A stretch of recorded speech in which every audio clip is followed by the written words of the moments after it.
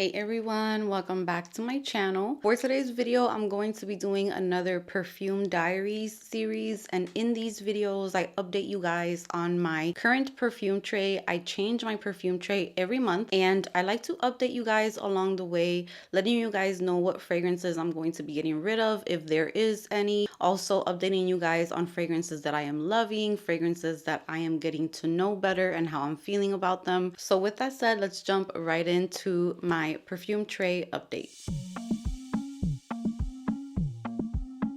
For today's video, I'm going to be updating you guys on 10 fragrances. Before I do get started with my update, I wanted to thank each and every one of you guys who have been leaving me comments on my daughter. I let you guys know in my previous video that she did have an accident. She's doing great now. She actually went back to school today. She took a whole week off from school. We kept her at home, and today she's back to school. Even though she still has bruising like right under her eye, it has gotten much better. There's much less swelling, and the bruising is dark, but I mean, anytime that you get hurt in your nose area, it just really takes over the entire face. So she's slowly getting back to her normal self, but I am super duper thankful for all of you guys, for all of your sweet messages. It means a lot to me. Now let's get into the update. So I actually have 2 declutters, which I was not planning on decluttering these fragrances, but like I have been telling you guys, for the past year I have been going through probably one of like the biggest changes when it comes to fragrances that I like, fragrances that I enjoy on myself, and I've just been honestly following my nose. I don't care how that may seem to some people, because I know some people want influencers to like the same thing until they finish the bottle, and that's the only way that it means that someone loves something. So I totally get that if that's what you prefer, but I'd rather be completely 100% honest, even if it means that I loved something a couple months ago and now I'm not enjoying it. This is why I named these videos my Perfume Diaries, because whether I was doing this on YouTube or not, this is honestly what I'm going through with my nose. So there are changes, some go, some stay, and I love bringing you guys along the way. But I never want anyone to feel pressured into purchasing everything that I talk about. So always watch my videos just for entertainment, so that we could chat about fragrances, but never take any influencer's opinion solid 100% or base your opinion off of that. Always try fragrances on your own, sample them if you can. So yeah, when I declutter fragrances, it's just a way to keep my fragrance collection a certain size, because I do receive fragrances, I buy a lot of fragrances to review them for you guys. So I constantly have to be kind of decluttering, getting rid of things that I'm no longer reaching for. So I haven't really done a dedicated declutter video, because I kind of just like to update you guys as I go in the perfume tray updates. So let's get into the ones that I am going to be decluttering for this video. It's only going to be 2 fragrances. They are going to be up on my Mercari. If you are interested, that link is going to be in the description box below. So I am going to start off with one from Pacifica, which I really loved when I first got this fragrance. And these fragrances are vegan and they're clean fragrances. And this one is Silver Moon. So I really like this one when I got it. It kind of puts me in the mind frame of Dior's Hypnotic Poison, Juliet Has a Gun,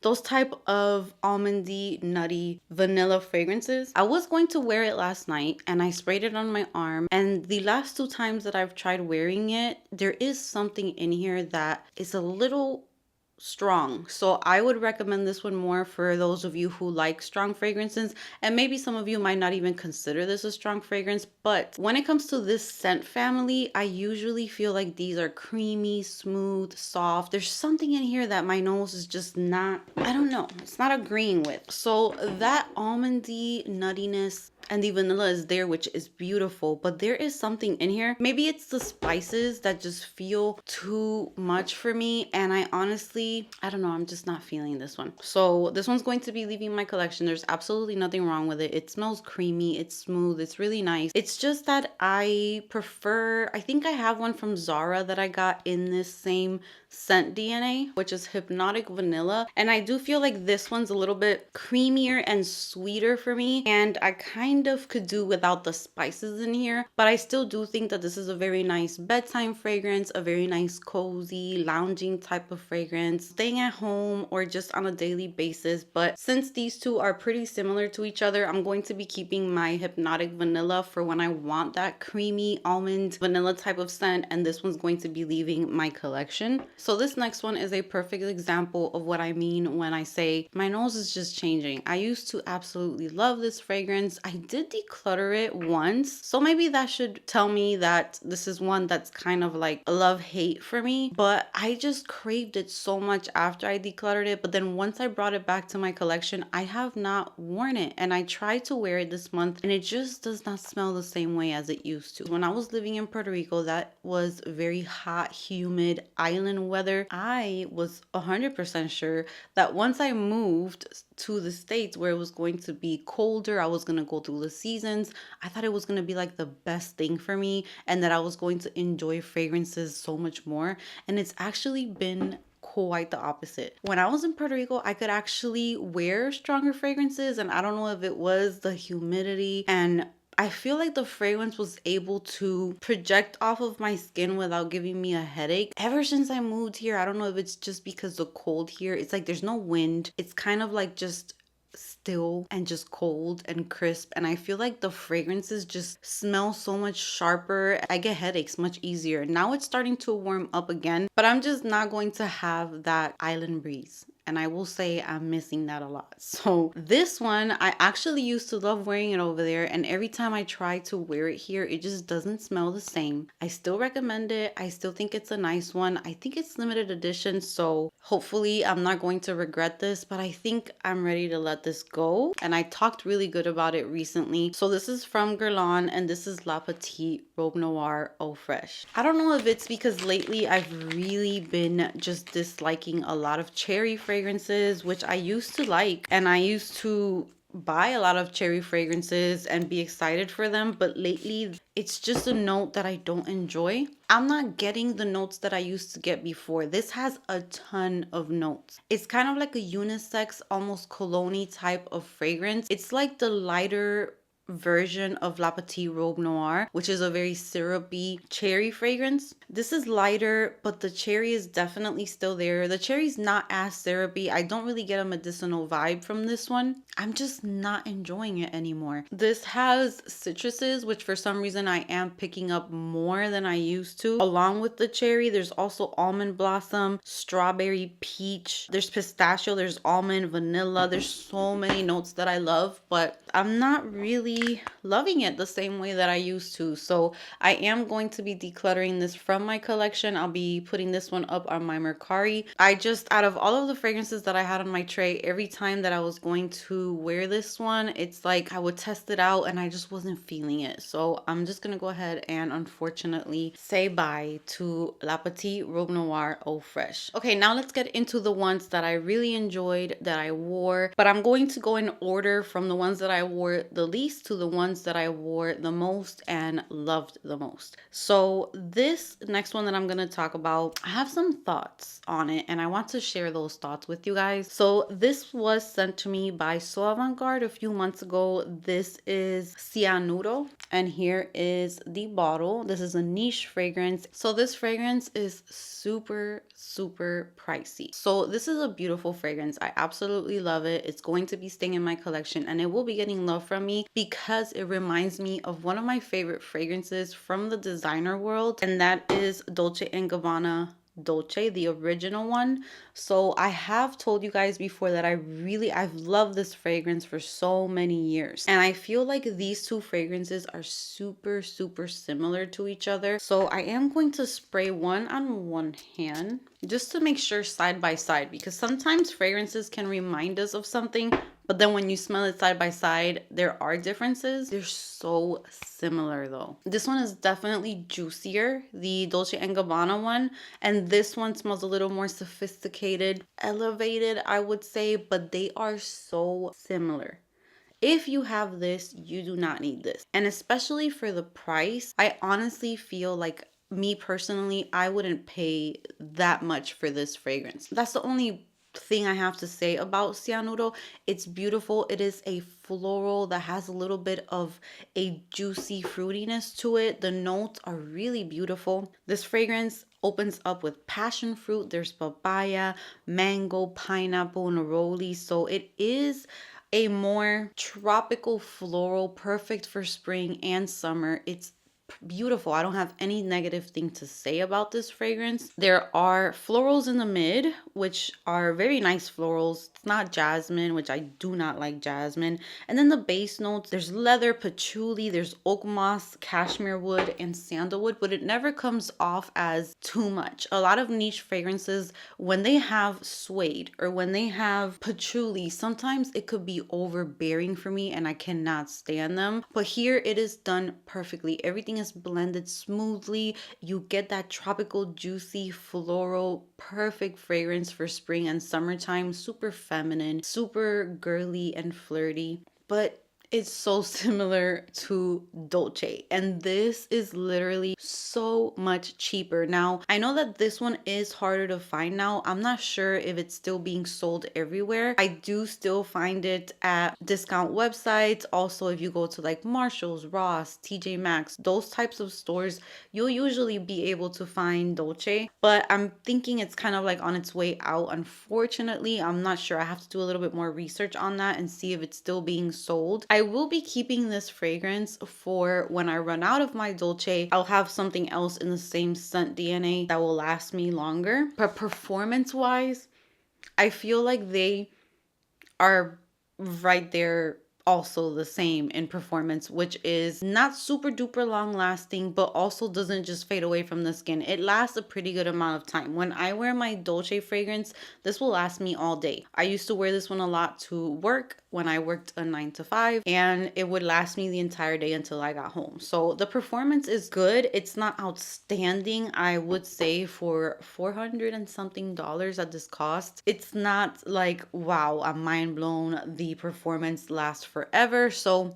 I will say this is something that if you want to get it, if it's not a big deal to you, then perfect. You know, it's a beautiful fragrance, but I wouldn't say this is something that I would pay myself for. And that's me being 100% honest. There's nothing wrong with the fragrance. It's beautiful. Just, it's very pricey for what it is what I'm trying to say. Now, when it comes to niche fragrances, I am very picky because, like I said, they usually make the notes way more potent and strong, and those like suede notes and patchouli can be overbearing, and that's not the case with this one. So I do like that. And it does start drying down a little more sophisticated, like I said, than the Dolce one. The Dolce one kind of stays the same as you wear it. This one kind of starts drying down to show a little bit more of that oak moss and a little more of that suede and the patchouli, but again, in a very nice, super blended and beautiful way. So nothing bad to say, but I would say that this is one that I would get a sample of. Not sure if So Avant-Garde has samples available, but I will leave that information in the description box, as well as my discount code for So Avant-Garde. If you want to check out other fragrances on their website, you can get 20% off. So yeah, those are my thoughts on Cianuro. And I didn't wear this one a lot. I probably wore it like a couple of times, but this is really nice for daytime, even for going to a dinner or going out in the evening, because it is very feminine and just very pretty. It's a very beautiful, juicy, tropical floral scent. So that was the one that I wore the least from the ones that I am going to be talking about next. So next up, we have Dolce & Gabbana L'Imperatrice, which I did wear a few times actually. I caught myself reaching for this a lot during the day. Also a few times for bedtime, just because it is like a watery watermelon, kiwi, fruity scent. The florals are not too strong in here, and it's more about the fruits with this one. Just imagine like those fruit infused waters. That's kind of what I think of with this, because it's not super duper fruity. It's fruity, but it's very watery, so it's very thin. Oh, I love this one so much. This one is so good for spring, and I will be putting it on a tray again for summertime for sure, because for summer it's even better. The hotter it is outside, the better this fragrance feels because it's super refreshing. It's like very flirty, feminine, easy to wear. Pick it up to do anything, to run errands, to go do your nails, get a pedicure, do groceries, pick up the kids from school, go to a lunch. It's literally something that you can wear anywhere and you're just going to smell fruity, very refreshing, cooling, perfect for spring and summer. Now, I've always told you guys that when I first tried this fragrance, I was almost disgusted by it because it almost gave me the feeling of like rotten fruit or something. I'm not sure why that happened the first time I smelled it, but something told me to keep it around, and the longer it has sat in my collection, the more that I've worn it, it has become one of my favorites for spring and summer. I don't get that vibe anymore, and it just smells very refreshing and fruity, and it's one of my favorite fragrances that has watermelon in it. So really nice scent. Next up, we have Ariana Grande's Mod Blush. This is another fragrance that I have raved about so much. I still love it. I still recommend it. It is a celebrity fragrance. It's affordable. You can find it at Ulta. I know that in this collection, there were 2 fragrances. So it was Mod Blush and it was Mod Vanilla. Everyone went crazy over the Mod Vanilla, and I couldn't do Mod Vanilla because there was plum in that fragrance. I do not like plum. I don't like the feeling that it gives me when I smell plum. It's like if I'm smelling like a dusty room or something. I never have been able to explain what I get from plum, but I do not get sexy or juicy, none of that vibes from plum. I just do not like it. So I didn't keep my Mod Vanilla, but my Mod Blush just started becoming more and more of a love for me. This has something in it that reminds me of my childhood. Not that it's juvenile, because this does dry down to a very nice rose fragrance without it being too overbearing, without it being vintage or too much of like a dry rose. It's not a red rose to me. It's more of a delicate pink rose, very feminine, kind of like that rose that you get in Delina La Rose, that rose that you get from Chloe Perfumes. Like, it's just that delicate rose. But the opening of this fragrance is so beautiful. It opens up with passion fruit, which passion fruit can be a tricky note for me, but lately I've been enjoying it more. I like the brightness that it gives to fragrances. The opening gets me every single time. It just smells so good. It's bright. It opens up with fruits, but the fruits that it opens up with is just different. It's not your typical type of fruity opening. In this opening, you're getting raspberry with passion fruit. There's bergamot and pink pepper. The pink pepper is not strong. If you are sensitive to pink pepper, at least to my nose, it's not strong at all. There's pear in the mid with magnolia and the rose. And then you have musk, dreamwood, which I have been noticing that dreamwood note, when it is in fragrances, it's really nice. There's also ambroxan in here, which helps the fragrance to be a little more airy instead of being dense and thick, which helps when it comes to rose fragrances, because rose can get very cloying and thick in a lot of fragrances. But with those base notes, I feel like it kind of thins it out. It makes it airy and just very easy to wear. So this is a beautiful, feminine, delicate fragrance, and the opening is just a little bright and fun and energetic, but it does start to dry down into just a beautiful, delicate rose. So this is still a love for me. Next up, we have Marc Jacobs Daisy Love Pop. So I did wear this one a few times this month. I paired it with pistachio body cream just to bring out that pistachio note more, because when I saw this fragrance, what drew me to it was that pistachio note. So when I wear this one, I love to wear my pistachio body cream I got it from Amazon, the one that is pretty much viral. That body cream is honestly the best pistachio body cream ever, and it just pairs so nicely with this one. I also paired this one with my Victoria's Secret, the pink body care, the Sunset Gelato, and they wore very nicely together because that also has pistachio in it. So yeah, this fragrance has cloudberry, which is in a lot of the Marc Jacobs Daisy fragrances. So it does open up very similar to Daisy Love DNA, which I have always loved. It's just a pretty perfume, a very easy to wear fragrance on a day-to-day basis, even if you're wearing jeans and a t-shirt, but you want to smell good. You don't want to have to think too much about it. You just want to pick something up and smell good. That is what this fragrance does for me. I don't want all of my fragrances to be super complex and super beast mode, because there's a time and a place for everything is what I'm trying to say. So on most days, I'm not trying to reach for a super duper beast mode fragrance. That's just me. I know we're all different and we have different preferences. I like to have these types of fragrances for my casual days. And I would say maybe like 2 minutes into the dry down is when that pistachio starts coming through. So it gives it like this nutty, creamy feel to the fragrance, and it definitely is noticeable. So the pistachio is definitely there, and I've been loving it. So this is one that I'm very, very happy with, and it's super girly, flirty, and fun. So that is Marc Jacobs Daisy Love Pop. Longevity on this is not going to be out of this world. I always say that with Marc Jacobs fragrances, but it also isn't horrible. Next up, we have a Valentino fragrance, and this is Donna Born in Roma Coral Fantasy. So I did wear this one a few times, and I will say this one for me is not an all-time favorite, but it's another easy reach for me, and it's one that I really do enjoy when I wear it. It's kind of like just a pretty fragrance. It also has kiwi in it, so it's a different type of fruity. I love having different types of fruity fragrances because many times fruity fragrances can kind of lean to the same fruits a lot. So when you see a fragrance with kiwi, watermelon, mango, kind of more exotic type of fruits, I get very excited with those. So this one opens up with kiwi and Brazilian orange. Then you have some jasmine, rose, some ambrette, which I absolutely love that note, white musk, and cedar. Yeah, this is just super duper kiwi to me. The longer I have it in my collection, the more that kiwi is coming through. When I first got this fragrance and I reviewed it for you guys, I took it back and I returned it because when I first got it, at that time, I didn't know about giving fragrances a little bit of time to sit. So it did not last on me, nothing. Like I would spray it on myself and not even an hour later, it was gone. But I repurchased it, and now that it has been sitting in my collection for more than a year, I will say that that kiwi is definitely denser. It's a little thicker, and it's just a very tropical. For sure, this is like island vibes. This is like vacation, resort, in the beach, on an island, in a hotel that is like very beachy. This is a very nice fragrance for that. And it does have like that very girly, flirty, fun feel to it, but it's not juvenile.